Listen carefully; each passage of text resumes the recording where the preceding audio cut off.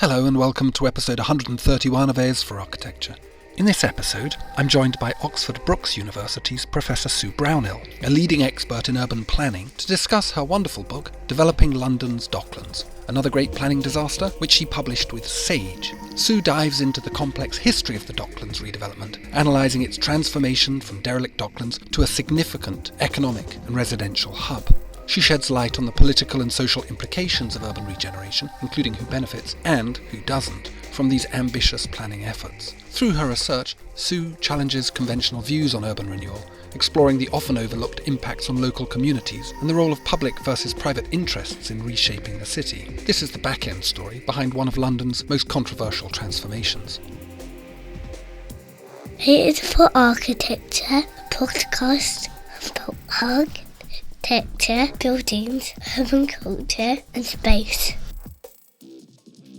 Hello and welcome to another episode of Airs for Architecture. I'm talking today to Professor Sue Brownill, author, scholar, and we're going to be talking about your work on London Docklands, particularly Developing London's Docklands, another great planning disaster, ?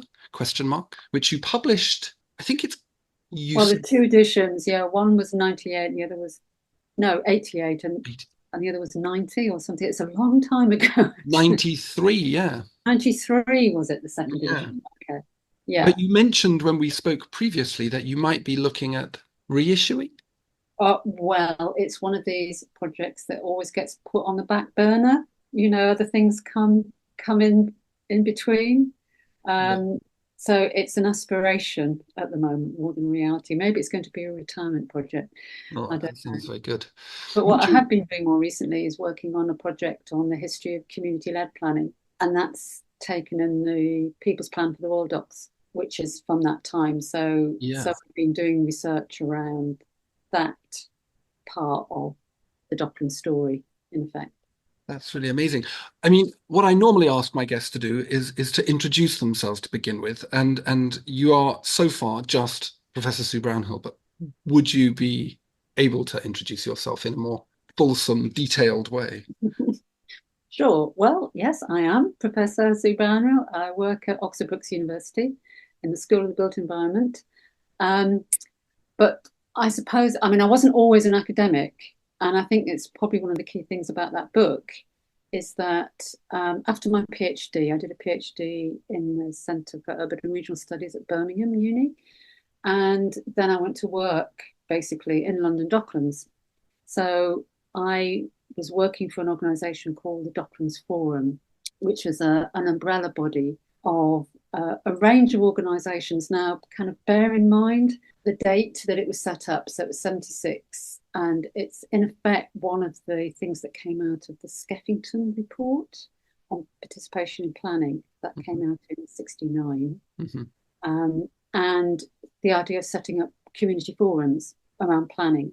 So the idea of having these broad-based organisations, and the Docklands Forum had on it community groups, but it also had chambers of commerce, it had trades unions, it had churches, it had allotment associations, we're talking about the 70s. Not so much environmental groups, but certainly groups that were working around those sorts of things. So it was very broad-based. And it had been set up for the organisation called the Docklands Joint Committee. The Docklands Joint Committee had done a land use plan, the London Docklands Strategic Plan, 1976. We can go into all this about all the different phases of Docklands. But so I went to work for this organisation. Now, obviously, with the election of Thatcher in 79, the 1980 Act set up urban development corporations and the setting up of the London Docklands Development Corporation, the whole planning situation changed. DJC abolished, LDDC comes in without any requirements to consult with the population. But the forum was there, as was an organisation called the Joint Docklands Action Group, which again had been formed in the 70s around a lot of the development that had happened here. We probably come back to this. This is a very long-winded way of saying that I started off as a community planner, researcher, counter-professional, I suppose. Research I'm doing now because I'm in effect researching my own history with looking at the People's Plan. Counter-professional? Yeah. So in the new project that we're doing, this is the term that we've been using. So it's people who are maybe trained planners. I'm not a trained planner, but who are working with community groups against what's being developed or proposed against planners. So it's that idea of people working in a situation, working with partners, working with community groups, using their background skills, technical, whatever, but in effect using that to suggest alternatives, to Mhm. oppose, to work with people to get their own ideas for the future of an area forward. So I worked for the Docklands Forum between 1982 and 1988. And so a lot of what's in that book, the Developing London's Docklands books, actually came about because of the work that I was doing on a day-to-day basis. Mm-hmm. And I wasn't an academic. I then went to work at the Bartlett School, planning on a housing project, actually, as a researcher. And that's when I started writing the book. I see.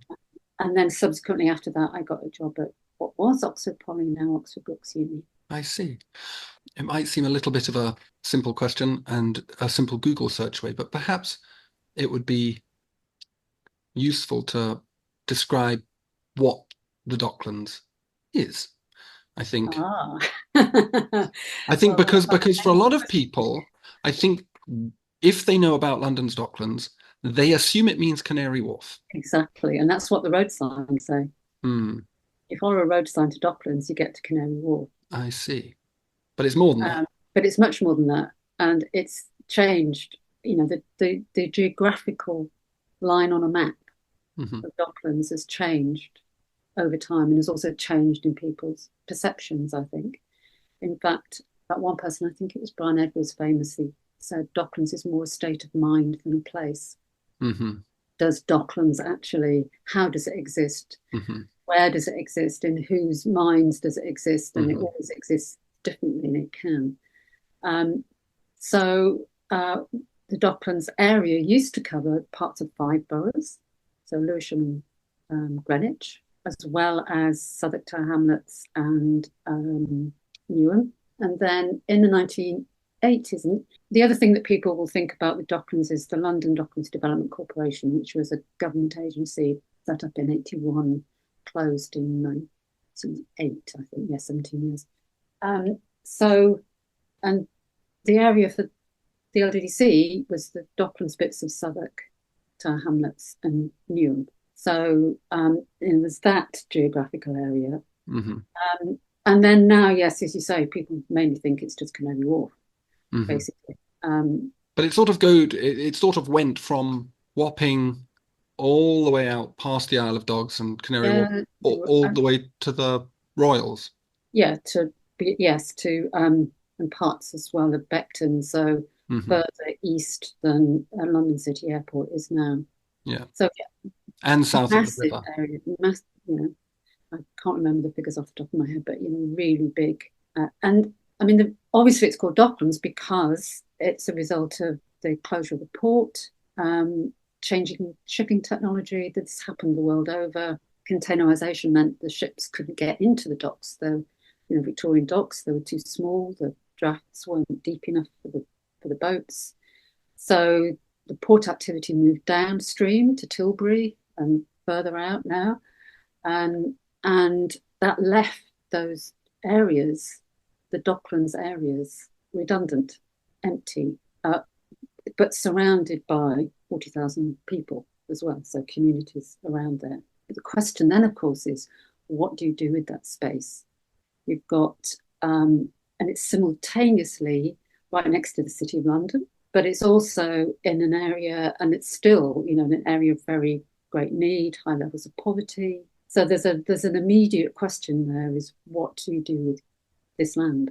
Basically, how do we make the best use of this land? And that was the question that was being asked and still being asked. There's still spaces that are not fully developed now, Mm. certainly Royal Docks. So that question is still being asked, Mm. basically. And how you do that, there have been different answers to it over time, and different ways in which it's been done, and infused and led by different ideological, political, and other ideas about what should happen to the space. Should it be an extension of the city, or should it actually be to meet the needs in the area, basically? So the organisation that I worked for, Docklands Forum and the Docklands Joint Committee, which was set up in the 1970s, was, and the phrase they used was, to redress the imbalances, very 70s phrase.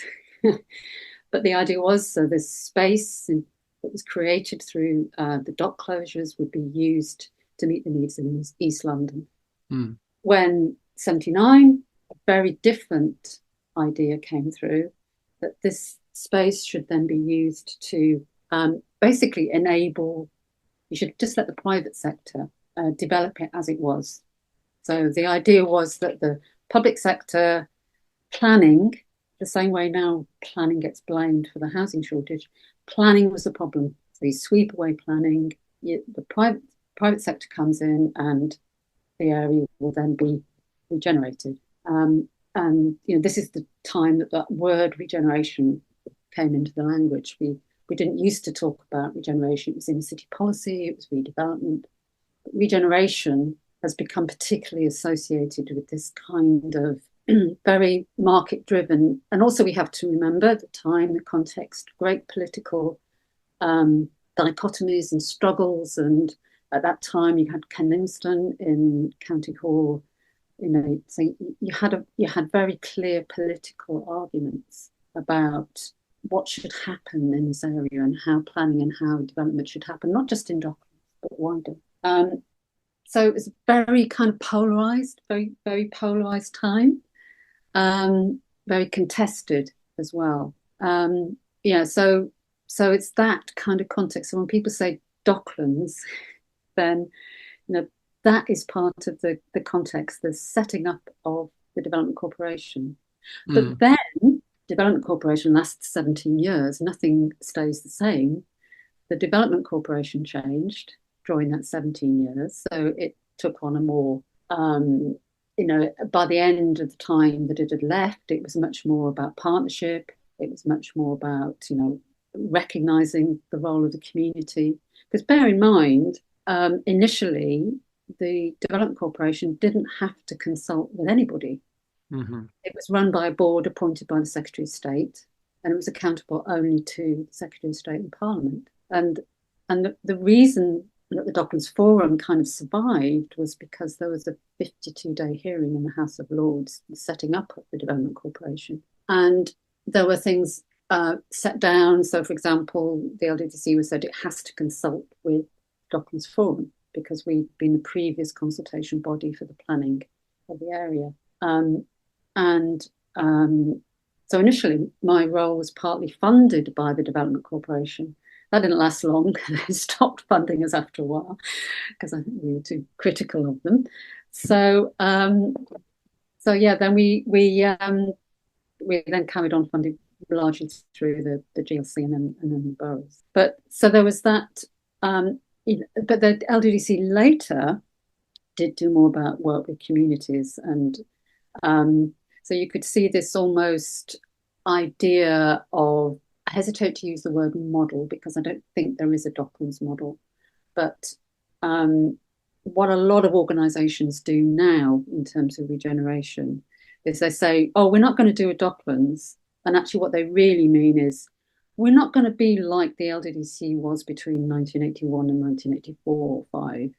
Actually, but then if you look at what was happening later, it was very much about public sector, private sector working together, setting up agencies that were special purpose agencies, and about promoting, I suppose, marketing a city, having a more competitive approach to a city, this world city idea of getting in particular types of development, particular types of economic growth. And, central government, local government, different boroughs, that idea, that sort of new regeneration narrative, I think, has in effect, if you look at what's happening now in the Royal Docks, for example, it's quite interesting.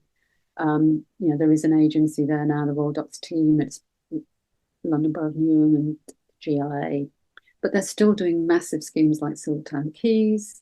Lend-Lease is the big developer there. there is a lot more community involvement. They're also trying to do other things. But you do have this at this core, you've got this idea of large development sites, big developers with deep pockets doing a particular kind of development, which and the public sector being a very key player in that as well.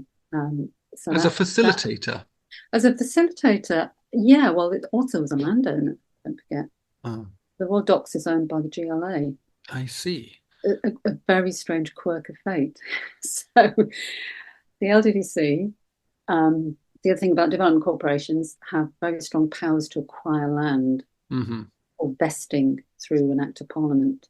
So the land that had been previously owned by the Port of London Authority, the British gas people, a lot of public bodies, was vested into the LDDC. Now, of course, when the LDDC was abolished, its land it hadn't finished its job. It's still, particularly in the Royals, there were still undeveloped sites. That land went first to something called English Partnerships, which was another government agency, and then from there went to a regional development agency, which was then became attached to, when the GLA was re-established, the GLA. So the land then became owned by the GLA. It's still public sector land. I see. It's very interesting to hear about this story of this period, but it didn't come out of nowhere, did it? The work of the LDDC as commissioned by the Conservative government at that time was, I guess, the way, correct me if I'm wrong, I guess the way I would see it is that it wasn't capable of delivering the volume of regeneration or urban development, or however it wants to be framed. The LDDC wasn't, or the boroughs? Well, just simply whichever government agency was in charge, which I guess is the GLA at that time. Well, it was a kind of consortium of it was called the Docklands Joint Committee. It was the GLC and 5 boroughs. But they weren't. Well, I mean, is that the issue here? Because I think, and again, correct me if I'm wrong, St. Catherine's Dock in Wapping had already, in the Pool of London, had already gone through some form of regeneration. It had, and that was the first kind of... In 76? No, it was even earlier. Yeah, it might have finished then, but the dock itself closed in the late 60s. It was the first dock to close. And yes, it was done. It was largely the GLC. And remember, at this time, this was the time of Covent Garden as well. So this was the time that Jane Jacobs, you can think about a lot of popular, kickback against these top-down schemes that were coming through. And so if you look at St. Catherine's, it was a mix. There was a council housing built in there, as well as a hotel, and so it was beginning to do that kind of thing. If you look at the London Docklands Strategic Plan, which was published in 1976, it was a mix of existing industry at that time. A lot of the docks were still operational at that time. And the Royals was the last to close in the 82, 83, something like that. And then so it was existing industry, new industry coming in as well, and a different mix of housing. So private housing, but and also social housing, council housing at that time, but also this kind of idea of mid-tenure. So the idea of the population change, population mix. So those kinds of arguments. But I think you also have to remember, of course, public sector cuts. So the LDSP was published in 76, and then of course that was the IMF. Britain had to call in the IMF. So massive reductions in public sector investment, and that's probably one of the key things. So there was that. There wasn't the public finances so much to do that. But then there was also the political aspects as well. The ideology that it's about the private sector being the kickstarter and the public sector basically enabling that to happen, priming the pump, they used to call that the phrase. But there's a wonderful little anecdote in Sir Michael Heseltine, who's the Secretary of State of the Environment when the development corporations were set up. and this wonderful little anecdote in his autobiography of how he got Thatcher to approve the development corporations, because he was aware at the time that's a contradiction that you've got a public sector agency having quite a lot of public money leading the regeneration. But the ideology is that it's done by the private sector. So he was aware of that. And apparently what he did was he met with Thatcher and he said, oh yeah, all these councillors down in Newham or whatever, Newham at that time had all Labour councillors. He said, they're all communists. Oh, they're all very left wing. It's in his autobiography, you can read it. And at that point, I think the phrase he used was almost like the blue touch paper. And he got his development corporations. I see. So yeah, the idea of Docklands and then the reality of what happened and how it happened can be quite different. Yeah, yeah. What made Docklands such a thorny problem in the first place? Was it the fact that as a vast area, it was spread across a number of borough councils? Was it because, I mean, just to be controversial, was it consulting too much? Was there too much community voice in this? I mean, was it sort of post Covent Garden and the kind of community-led resistance to the modernisation plans there? And I was in London the other day talking to students about this. I've been reading up about Covent Garden and a little around the Docklands as well. What were the factors in place? Was it simply its location? Was it poorly networked into the rest of the city? I mean, think you could say all of the above. There were a lot of issues with it, and that's why it's quite hard to paint it as either, it was all the fault of the planners and the boroughs that couldn't agree. They didn't have enough money. They slowed everything down.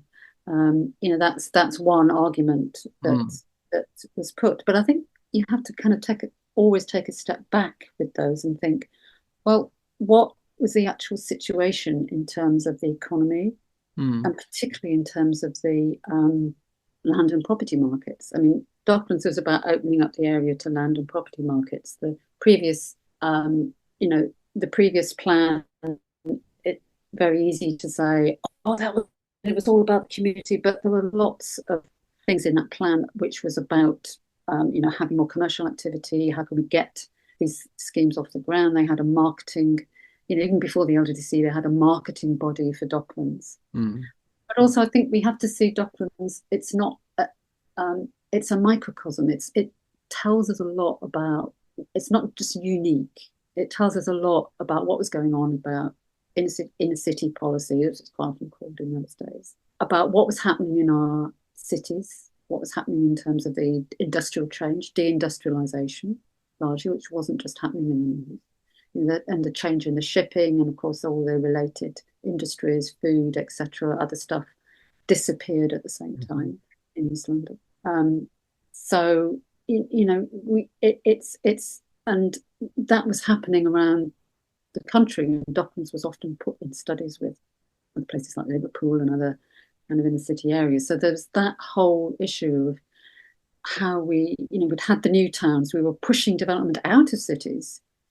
Hang about. Suddenly, cities are crumbling. Jobs are going. Empty space. What do we do, basically? And it's really interesting to think about that, because the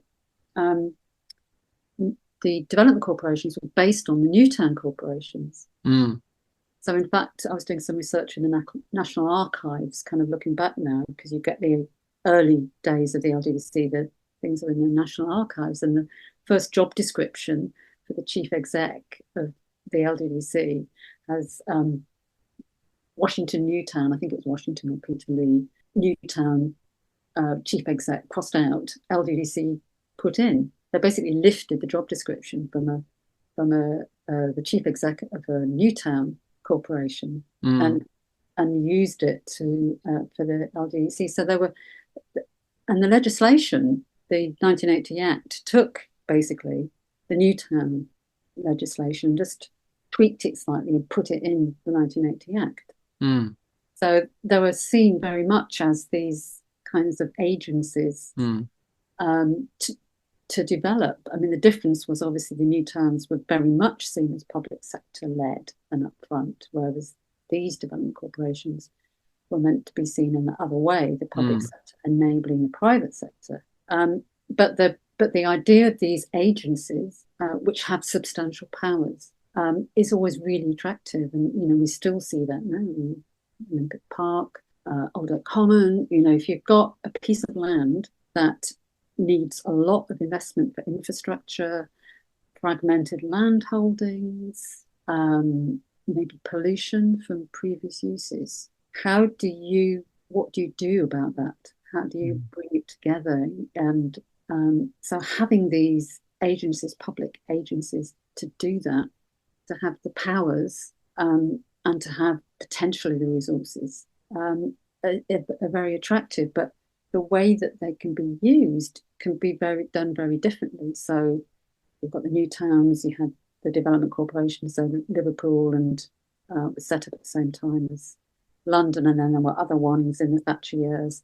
We had New Labour doing these as well.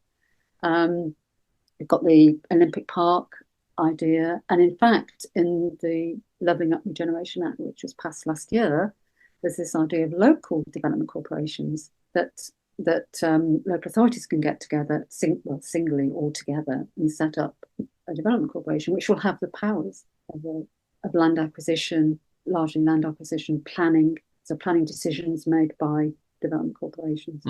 So, who developed this idea of UDCs, of universal? Because it has become utterly dominant. I mean, it's kind of really interesting to think about Docklands as, for Britain, certainly, a sort of bellwether of this policy. And I was talking to an architect who was involved in the Lee Valley stuff around the Olympic Park. Yes. And they said that something like the Olympic Park was clearly inspired by the influence of Docklands, and I like it, absolutely, and absolutely. I like it spatially as well. It's that idea, that agency. So yeah, you've got the Newtown agencies that were set up, and there's this legislative line all the way through from Newtown Act, I was 10 of the date, but anyway, all the way through to last year, the Levelling Up Act. You see them around the world. So Melbourne has development corporation. In fact, Reg Ward, who was the chief executive in London, went as a consultant to Melbourne, in the Melbourne Docklands Development Corporation. They have UDCs in Australia. But as I say, it's this kind of agency, kind of a public-private partnership, but with clear powers and with different accountability than local government. Yes. So decision-making powers, particularly on planning. I would like to understand more about the community action relation to that. Just to say, I think Reg Ward was involved in Irvine Newtown, wasn't he? Probably, yes. Yeah.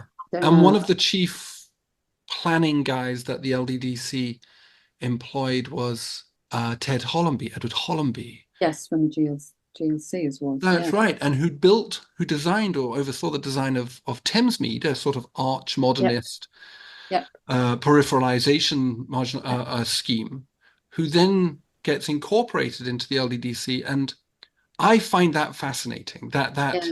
Well, I've spoken to people who worked as planners at the LDDC who said they were seeing themselves as following on the Newtown tradition about creating new spaces, but not in sort of green, out of town places. This was within, and this is what was very different about Docklands, London Docklands, was it was taking that idea, but it was within the city, right in the heart of the city. But that kind of tradition, which is to say, you've got these contradictions then right at the heart, because you've got the government ideology. This is all about public sector. It's not about planning. Planning is the problem. But then you've got people working there, like people like Hollamby, people like other people, who actually were seeing themselves as being part of this way of creating particular kinds of spaces. And then if you look at some of the developments, Greenland Dock, if you look at Greenland Dock, for example, that was Conran Roche, King's New Towns. So that kind of development that happened there. If you look at Beckton, which is furthest east, small cul-de-sacs, quite low density. That kind of idea maybe not out of place in a new town somewhere. But then if you look at other places, particularly closer to the city, obviously where land values are higher, you've got Wapping, you've got Isle of Dogs, and then you've got the redevelopment of all this is happening. You've got expensive high-rise flats, conversions of warehouses, very, very expensive. So you've got a whole difference of different things that are happening depending on the conditions of the market in places and what comes together in different parts of the area. Bearing in mind this is like a very large area. What Hyde Park to somewhere like it's as big as the centre of London. Yeah. What was it like when you were operating there as part of the Docklands Forum? Like, what was it like? Because it's really difficult to get your head around. I know, walking around with students, it's all a bit snazzy. It's a bit nice. Yeah, I mean, it's a shame we haven't got photos. It's a podcast. I mean, there were vast areas of obviously empty space. I mean, the closest is if you go to parts of the Royal Docks at the moment, but I mean, they're doing silver-tongue quays now, so yeah. But yeah, there was a lot of empty space. There were, obviously, and a lot of closed factories, places. There were, there'd been a lot of rebuilding of housing that had been damaged in the war. So there was a lot of council estates, particularly in Tower Hamlets. There was some that was kind of fairly old, some that was newer. But I mean, it's never how a place looks, it's how a place feels, isn't it? So, you were, and bear in mind, I went there in '82, so some of the first action groups had started around St Catherine's, Joint Docklands Action Group, for example. So there were a lot of organisations that were beginning to pick up on planning and what was happening in the area and what was going to happen to the future of the area, and really trying to make a push to say what it's what local people say they want. It's meeting the needs of East Londoners that's the most important thing.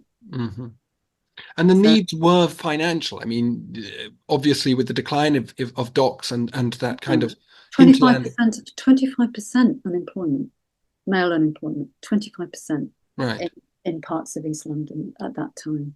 So chronic, absolutely chronic, really high levels of poverty. I hate the index of multiple deprivation. It's like a beauty pageant of poverty, but places in East London are still really high in terms of deprivation, which we have to come back to about why. But obviously some of the highest levels of poverty and deprivation in the country, not just in London. So yeah, desperate. Yeah. An environment that didn't look good, not accessible. Buses, because don't forget, the docks were built to be secure. They were built to keep people out. And there wasn't much public transport. There were buses, but bus routes were not always kind of very easy. So yeah, isolated, dirty. Yeah. And the communities that lived around there, were they largely like white working class kind of, or was there already a fairly substantial ethnic minority population? There's the beginning. Well, in Tower Hamlets, where I lived and worked, mainly because our offices were in Tower Hamlets, it was mainly on Spitalfields, the Bangladeshi community. Yeah. There were, but yes, I suppose you could say it was largely white working class. A lot of influence still of Catholic Church as well. So Irish. Yeah, generations back. Yeah. So yeah, it was, and people who'd worked in the area for a long time. I mean, yeah, there's a whole history that can be written about race and about ethnicity and about how the regeneration kind of like reacted with that interrelated with kinds of I guess I'm just trying to get a sense of who this community were that were being consulted. And I suppose, again, because reading books around this time, they're highly politicized, particularly academic scholarship I found to be highly politicized. But I haven't got a clear sense of the character of the community itself that was But don't forget, Amber, that sidelined by this process. big area, such a big area. You can't talk Yeah, about the community no, I suppose. because it's such a big area, Mm. and well, we can't talk about the community anyway. But when you scale that up across a vast area, and a vast area that had been kind of put together by a line on a planner's map, in effect. Mm. This is Docklands. This is going to be a regeneration area. Mm. People were much more engaged with what was going on kind of locally. So yeah, there were local organisations. So let me just think about the members of the Docklands Forum when I went there. So there were local groups, local action. There was JDAC, obviously, which Docklands wide, but Mm-hmm. you had the Isle of Dogs Community Foundation, for example, Isle of Dogs Action Group, Newham Docklands Forum. You had groups in Greenwich and Lewisham. So these were local organisations that had formed around the regeneration of the area. And again, you could say, were these kind of local people, or with these people like me who was paid to do that kind of work by an organisation and work with communities. So, outsiders coming in. So you could argue like that, and there are. I mean, if you look in the press, and I mean, you can find things that are written by people saying, yeah, all these people opposing what was going on in Docklands were just outside activists coming in, and a lot of people wanted to see change and wanted to see things happen, and Mm.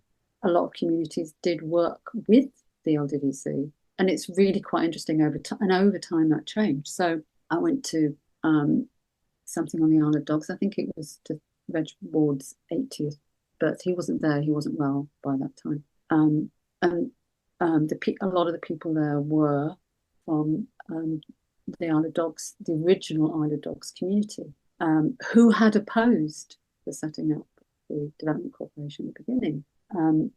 And there's a photograph that I always show my students.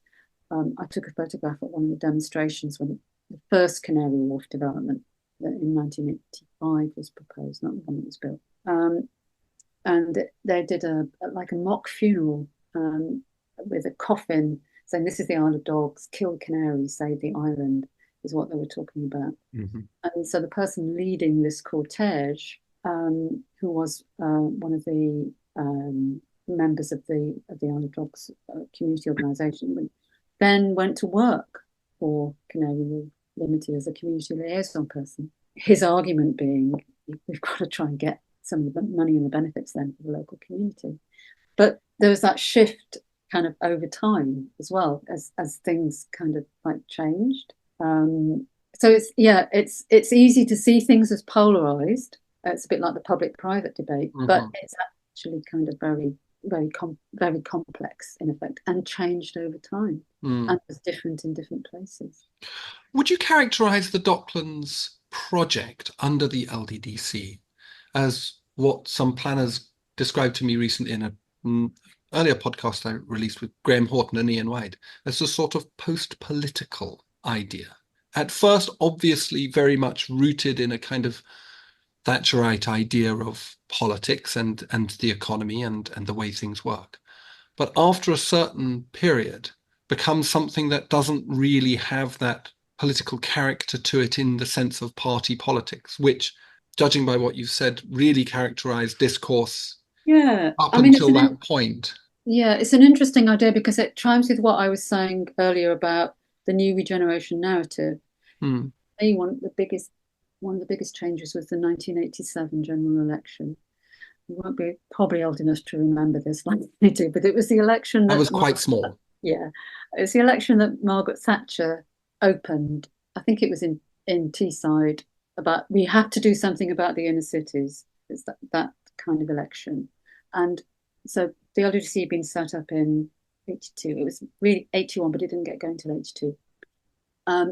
And so at the time, there was some of the boroughs were very much in opposition to what the LDDC was doing, particularly Southwark. And so there was this idea that come the 87 election, things will change. And then they didn't, of course. Thatcher got in again. And there was a shift then. A lot of the local authorities started to negotiate. There was a shift on both sides. There was a shift from the point of view of the boroughs to try and negotiate with the LDDC. There was also a shift from the point of view of the Development Corporation, because however much you might have criticised groups like ours for being maybe not local people or activists or whatever, got a lot of publicity. And it wasn't just the fact that Canary Wharf, the largest development to happen for ever or whatever, how all the claims they make, but was decided without needing planning permission, without any public discussion, decided by the LDDC board in private, didn't have to publish the minutes. What, right down to what it looked like? Yeah, it's in the enterprise zone.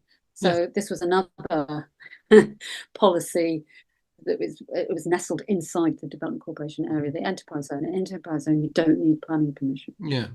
So what they expected in the enterprise zone was the first things they got, which were printing presses, warehousing.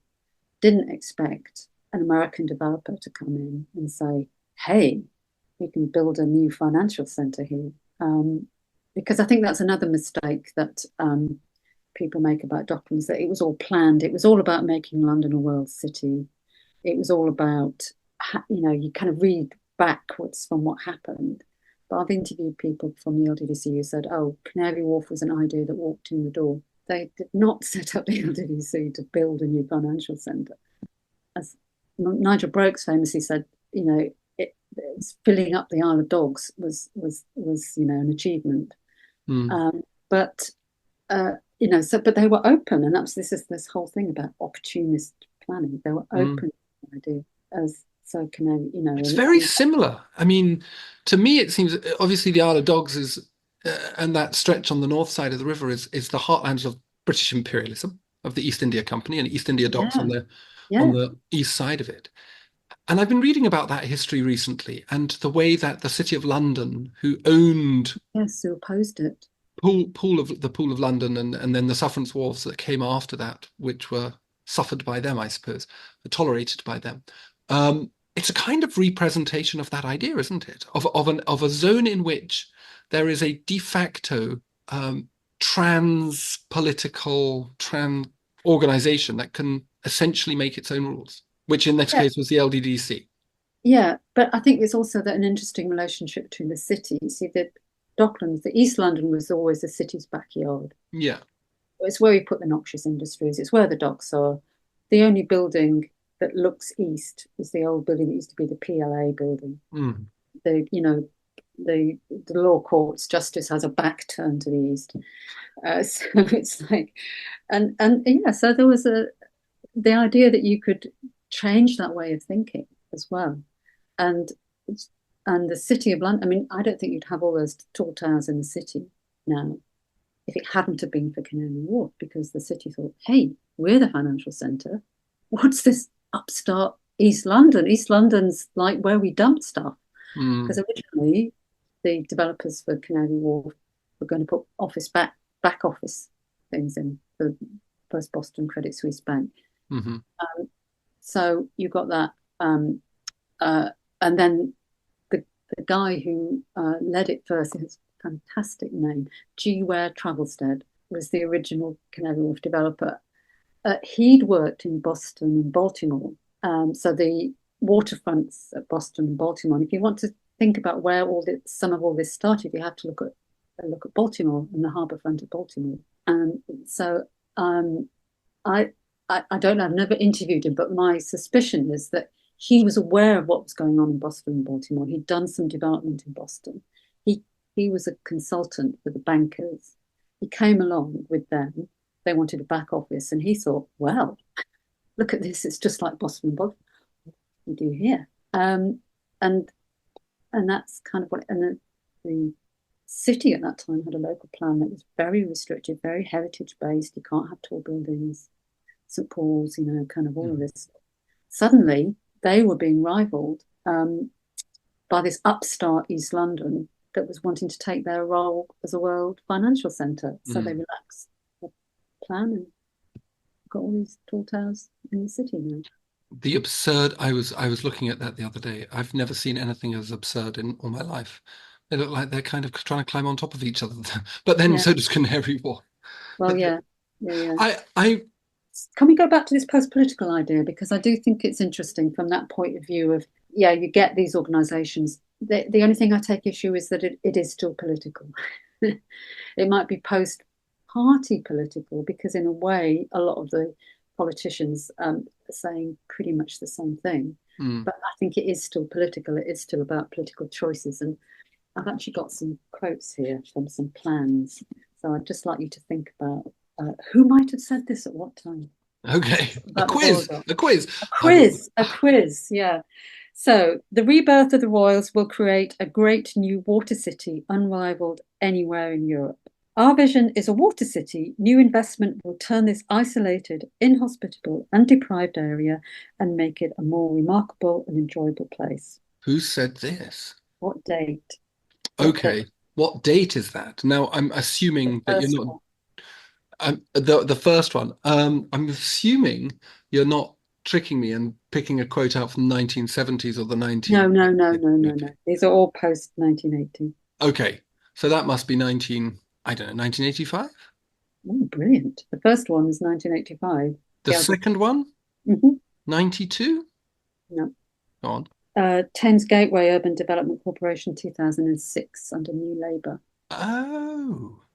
So it's that could prove the post-political thesis. But I do see these things as political. I mean, the decisions are still being made by somebody. There are still choices being made, and it feeds into this idea that there's nothing, it's inevitable what will happen.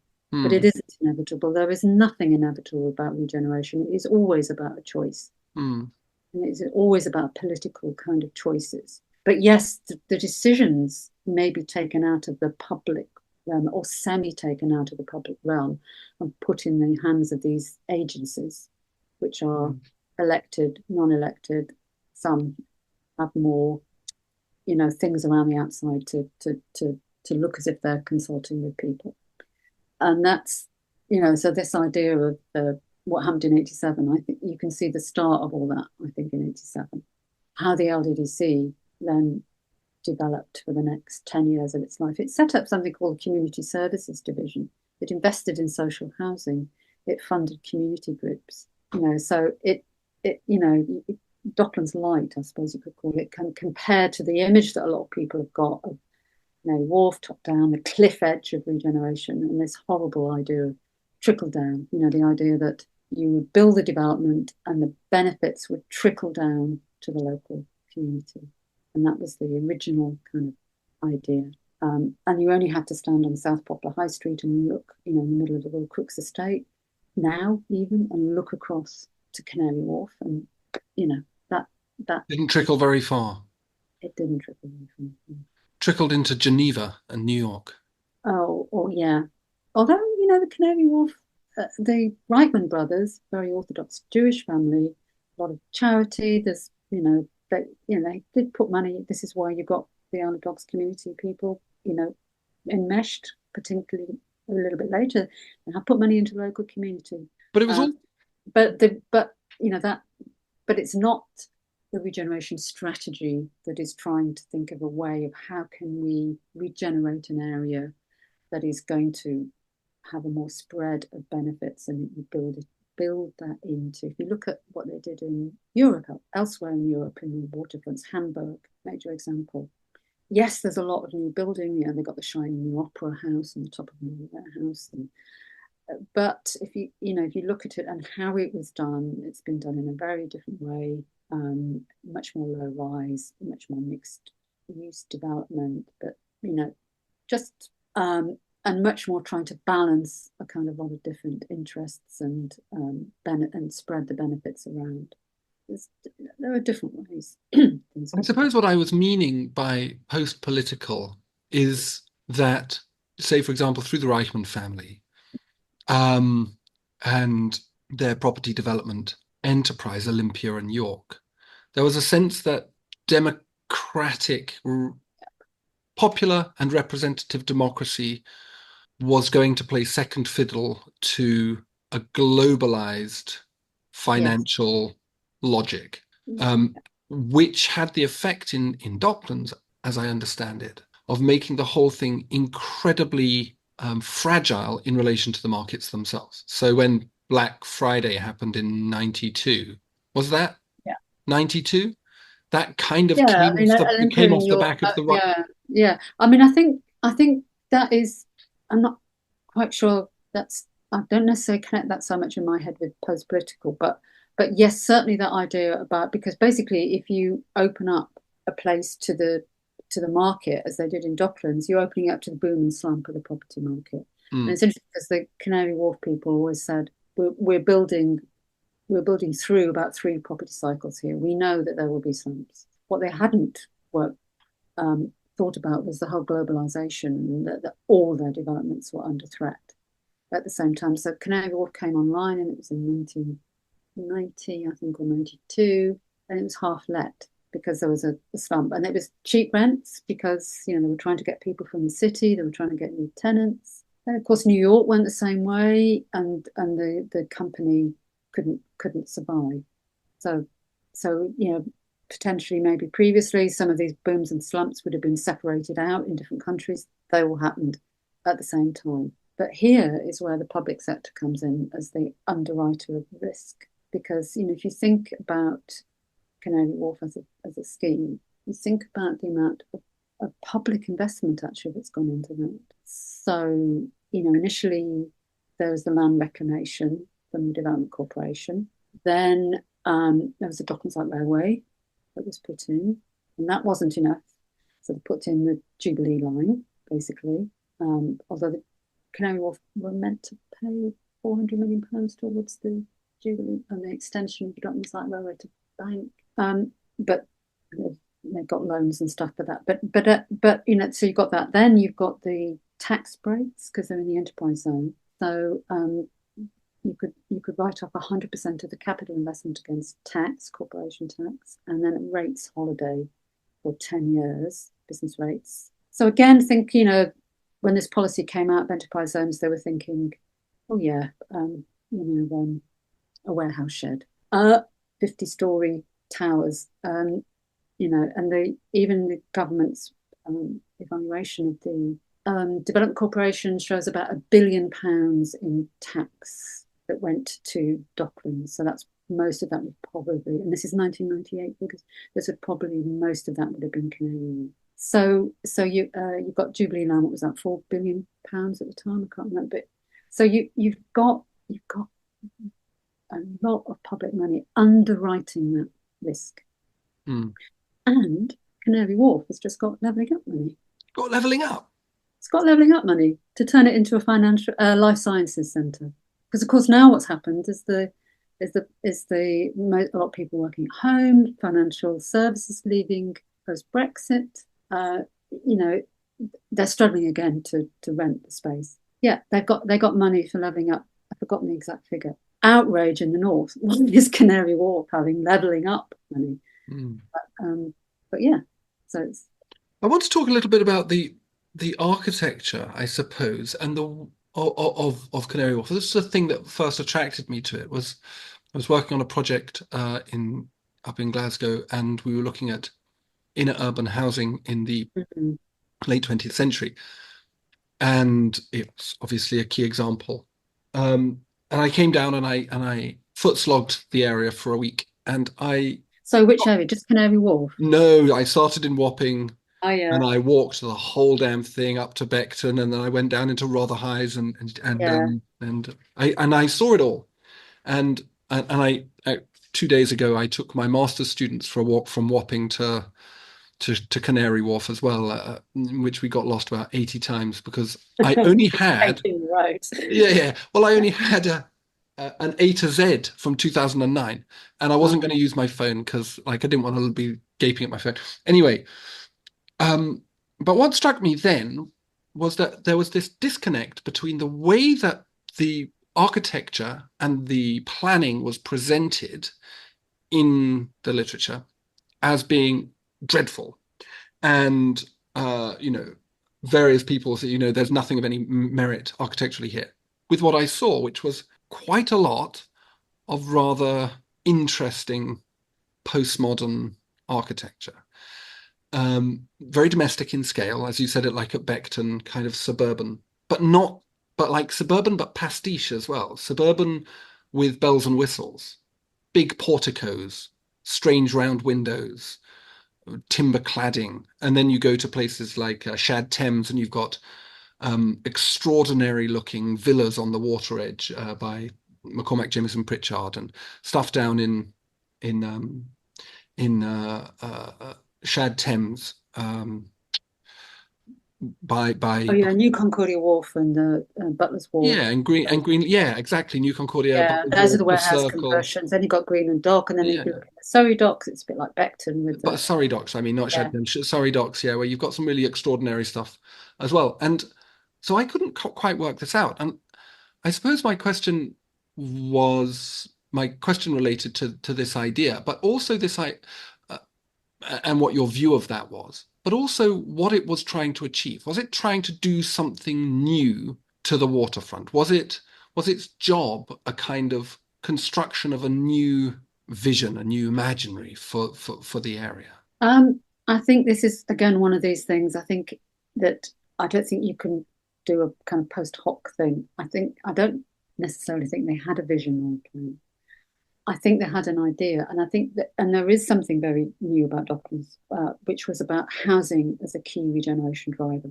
Hmm. And when I've been to other places like Amsterdam or whatever, and it's interesting, that's one of the key things that they take from Docklands is you see, previously it had mainly been about jobs in industry. How do we replace the docks? How do we get down 25% male unemployment in an area? But Docklands saw housing and bear in mind, this is before Richard Florida wrote about the creative class. This is Hmm. before the urban renaissance and Richard Rogers.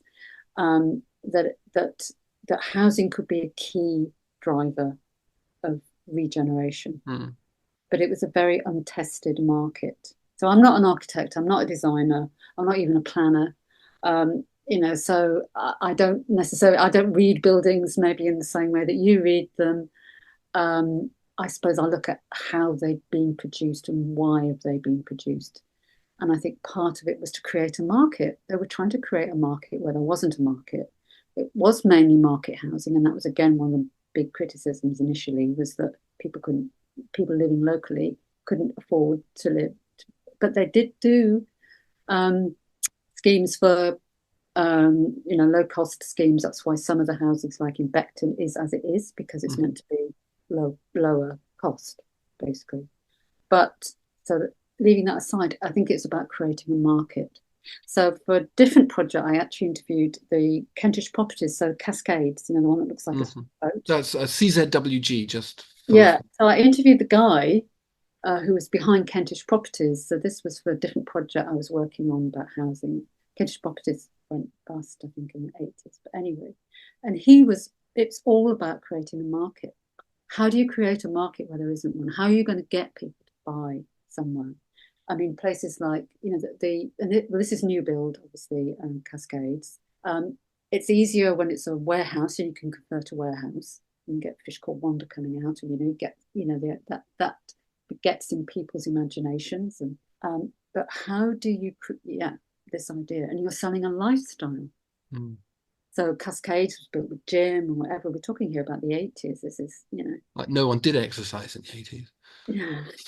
You got things selling the LDDC. There's people with these, brick mobile phones that, Yeah. windsurfing in a lunch hour. It's like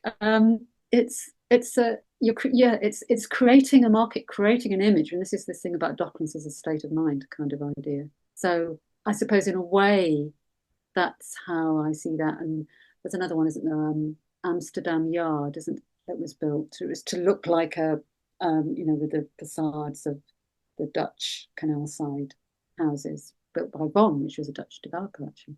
And this is, sorry, I'm jumping, but as you can, I've got all these redundant Docklands facts in my brain. You'll have to forgive me. But anyway, I love these redundant facts. They're not redundant to me, Sue, not at all. The vast majority of the development in Docklands, a lot of the development in Docklands was non-UK money initially. So think of Canary Wharf, things like Bonn, because UK investors were basically snobbish about investing in East London, a lot of them. Mm-hmm. And so maybe if you want to change the image of East London from the craze and docks, and I would urge everybody to watch The Long Good Friday, actually. That's a great film about the early days of Docklands development. But anyway, to change the image of East London, how do you change the image of East London so you can build a development for the LDDC, big landowner? How do we increase the value of our land holdings? How do we get developments in? How do we sell these properties? And I think that's, to my mind, that's where some of this comes in about how and the LDDC, if you read it did all these publicity booklets at the time. It realised, and this is maybe where Ted Hollenby comes in, I don't know, but it realised that design was going to be one way in which they could change the image. So there's that pumping station on the Isle of Dogs, for example. Mm-hmm. John Outram.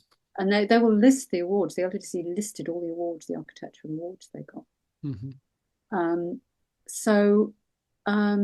it's intended to invite in the suburbanized middle classes. I'm not sure suburbanized. I mean, but is it trying to drag people out of those spaces, or is it trying to not working class people? Right. If you mean by suburban, not council housing and not working class, although a lot of working class people do live in. But it's how do we change the image of East London? Subtext. How do we change the population? And that's how a lot of local people read it. Yeah. So, they're blocking our view of the waterfront and they're putting up these really expensive properties. We don't care how they look, And again, you have to think about people whose families had worked for generations, or had lived generations in the area, had no rights because they didn't own the land and they didn't have money, and the decisions were taken out of their hands. Their locally elected politicians weren't making the decisions. That was, how did they get involved in this? Their rights, as they saw them, they felt they had rights. They didn't have any rights. They realised they didn't have any rights about what was going to happen in the future. They didn't even have the right to be heard initially. And so, and so however good it might look, you're not actually going to say, oh, it looks nice. It's more like, but it could have been something else there. So, I suppose in a way, I think that's how I look at it. I mean, I know that there's that. What was his name? Brian Edwards did the book on urban design in Docklands. That was a while back, wasn't it? It was indeed 90. There's been architectural guides to the Docklands written. Lots of architectural guides. Well, there's been two main architectural guides. One of the Pevsner series and another one. Very, very little actually, and most of it, I would argue, infected by a kind of anti-Thatcherite rhetoric, which means that the values or the meaning of the architecture, I think personally, is not. I don't know. I'm not an architecture critic, so I think things more about how the space is produced. What is on the land is the end product of how that space has been created, and I think you have to look behind what's on the land to how did it come here. Yeah. And sometimes how it looks is part of that process, as I was saying about cascades. How do you get people to say, hey, but some of it came from a genuine commitment, like Conran Loesch and Green and Dock. That was the Southwark planners and the LDD. In fact, I think that was when the Southwark planners were talking to. Anyway, I don't know, I can't remember. What can we do here? How can we take the best of the Newtown legacy, if this is what development corporations are meant to do, and create it in the centre of the city? So, and I was there I was at Brownill Dock about a year ago or something. You know, again, you look at it and think, oh gosh, that's such low density, but you weren't going to take the risk of building high density during that at that time. Brownill Dock was done as almost like a demonstration project to try and do things like that. And in fact, the LDDC called things catalytic developments. The idea is that you get something somewhere which would then show people what was possible in an area and would then boost land values as well and house prices so that you could, you know, this cycle would carry on, basically. I want to finish just to ask you a little bit, to explain a little bit more about this idea of community planning that you've mentioned at the beginning that you're now working on, and your involvement in that world. What is this community planning, and where is it revealed? Does it get revealed at any point other than in a perhaps slightly simplified way in places like Docklands? Well, we've been asking ourselves that question, what do we mean by community-led planning? And for me, you know, because I suppose, you know, the age that I am, I'm researching my younger self as well, because I was involved in what I would call community planning. But, you know, if you think of the words community, that's a contested word. Community-led, who's leading? Is it the state? Is it the non-state? Is it the counter-professionals? And then planning, what kind of planning? What purposes of planning are being put forward? But I suppose in a way, a simpler way of saying it is planning outside the state or a state agency. So it's planning that is initiated within the community. I mean, an example in London is obviously Coin Street, done by Community Development Trust, came out of opposition to office development, but only possible because the GLC at the time bought the land the day before they were abolished. So, and then gave it to, well, no, they gave it to they sold it to the Coin Street Community Builders just before they were abolished. So that's kind of a bit of a one-off. In Docklands, it was the People's Plan. So this was, and the other important thing about community planning is it's not just about opposition. It's actually saying, this is what could happen here. So the People's Plan for the Royal Docks was an alternative to what is now London City Airport. So it was saying we can have different kinds of development. There was much more family housing there. There was a co-op zone. There was using dry docks for kind of boat building, shipbuilding skills, things like that. There was a lot of children and young people. There was actually the idea of rather than putting transport on the road, you could still use the docks for some, you know, wouldn't go back to its heyday, but there was still a possibility for water-based cargo in a reduced scale. So it was saying, you know, the LDDC was saying we have to have the airport here, and you know, it was the only thing that was coming forward, and it would be one of these catalytic developments. It would really take off in terms of Docklands and show what's possible. And then there were people saying, not just saying we don't want an airport, actually, this is what, you know, this is what you can do. And, you know, they've just, again, increased the capacity at London City Airport. And Angela Rayner just approved it in the summer to more, about 9 million passengers now. I don't know if you should take your students down to the Royal Docks, because like when you're there and you're looking at what's going on, the planes are coming in.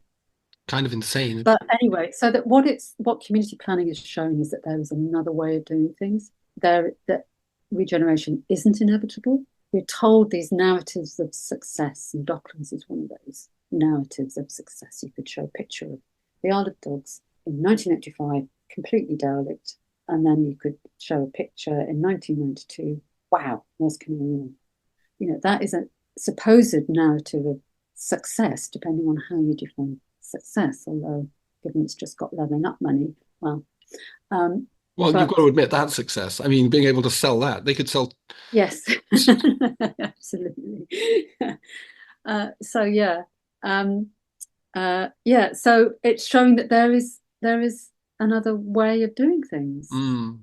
But this notion of counter-professionalism is interesting. It's almost as if there's a tacit acceptance that the professionalization of city planning and of spatial production is a problem that needs to be resolved through civic community-based action? Like we've created a monster in planning, which maybe comes back to the title of your book.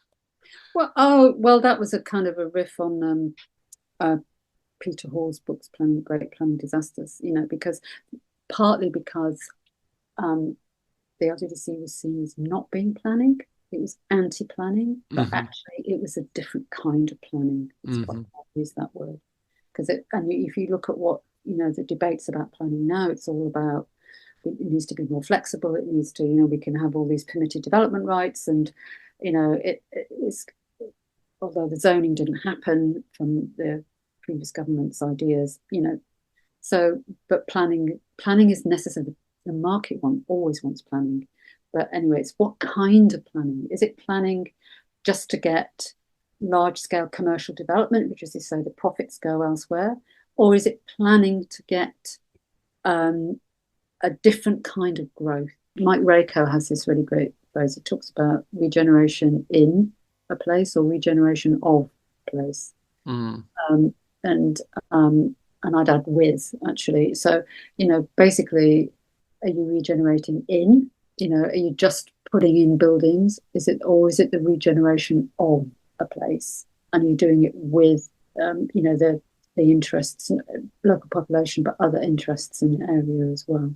And again, if you look at the roles, it's quite interesting. So Newham have got this community wealth building policy, and GLA has got this good growth policy, the idea that what happens should be circulated around a community, the benefits should go to the community, the Preston model, the wealth building. And they're trying to do that alongside these massive, like Lend-Lease Silvertown Quays scheme. It'll be really interesting, I think, to see, can you combine these different ways of doing regeneration? But I think that's why it's always important to remember, and I think that's largely what the community planning story is in Docklands. And it's amazing how many times myself, Wainwright, who was involved in the People's Plan. In fact, it's 40 years old. We did a walk. So we've got our website, which is called peoplesplans.org.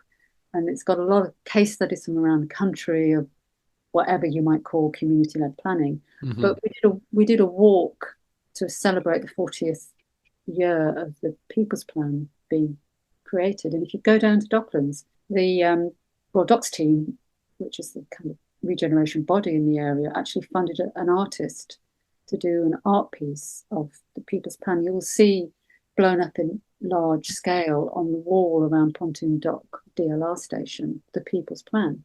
The People's Plan is still actually physically in Docklands now. And it's showing, on that wall, it could have been different. So I think that's the important kind of aspect of this. And I think it also shows as well how long regeneration takes. So this is another anecdote. My son is an architect, and I worked on the People's Plan. I worked in the Royals a lot. He, through his the company that he works with, also ended up working on the Royal Docks 40 years later, looking at the public realm around the Royal Docks. So, that's a sort of family story that shows that old phrase, regeneration takes a generation, is actually true.